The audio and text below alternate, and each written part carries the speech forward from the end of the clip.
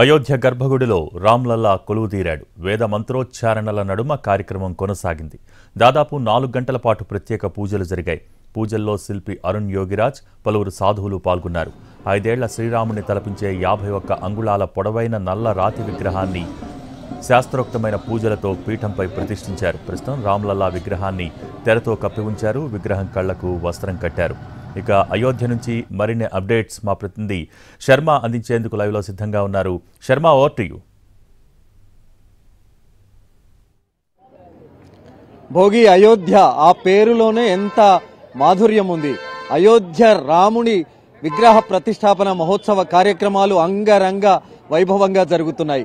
ఈ కార్యక్రమాన్ని తిలకించేందుకు, ఒకవేళ తిలకించకున్నా ఈ రాముడు నడయాడిన నేలపైన నడిచేందుకు చాలా మంది వేల సంఖ్యలో భక్తులు అయోధ్యకు తరలి వస్తున్నారు. ఇక్కడ మనం చూస్తున్నాం, ప్రాణ ప్రతిష్టకు సంబంధించినటువంటి హోర్డింగ్ ఏదైతే ఉందో, రాముని ఫోటోతో ఏర్పాటు చేసినటువంటి ఈ ప్రాణ ప్రతిష్ట మహోత్సవ కార్యక్రమానికి సంబంధించి ఇలాంటి హోర్డింగ్స్ ఇక్కడ వేల సంఖ్యలో అయోధ్యలో కనిపిస్తాయి.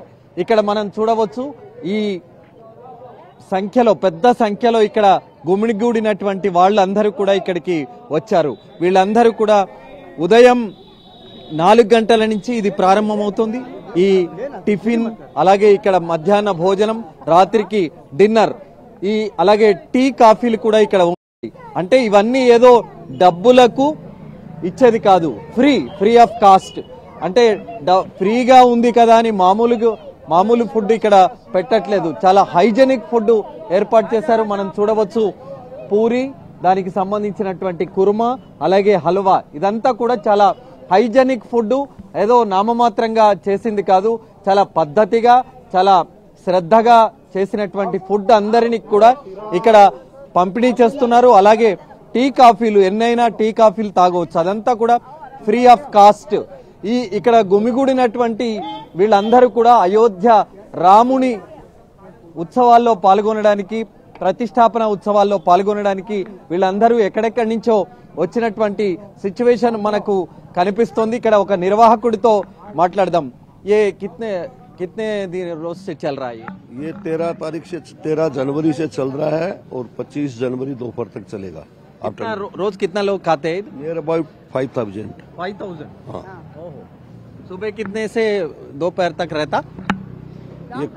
ये कंटिन्यू चलता है. सुबह 6 बजे चाय और नमकीन देते हैं, उसके बाद नाश्ता, उसके बाद दोपहर का खाना, उसके बाद रात का कंटिन्यू चलता है.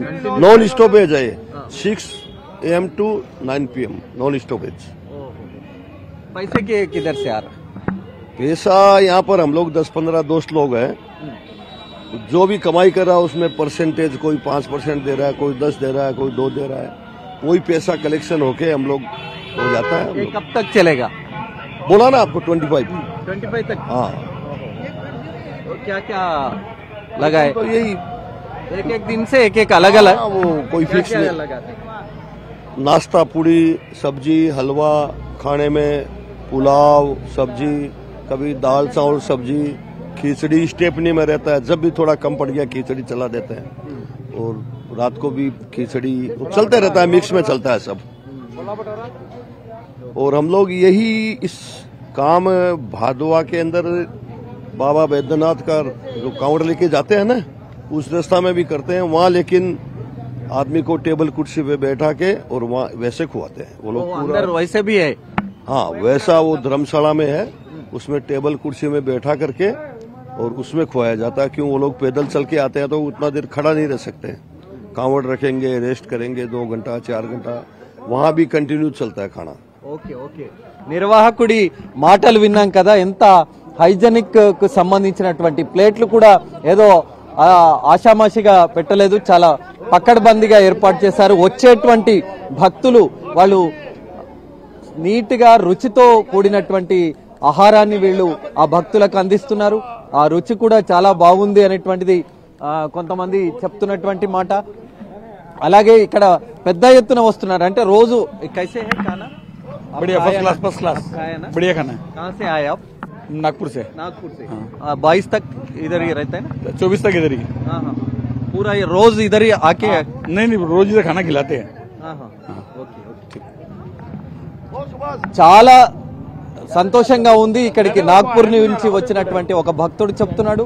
అలాగే ఈ రోజు ఈ కార్యక్రమం జరుగుతుంది, చాలా సంతోషం వ్యక్తం చేస్తున్నారు నిర్వాహకులు. అలాగే తిన్న వాళ్ళందరూ కూడా ఆనందాన్ని వ్యక్తం చేస్తున్నటువంటి సిచ్యువేషన్ అయితే మనకి ఇక్కడ కనిపిస్తోంది. భోగి.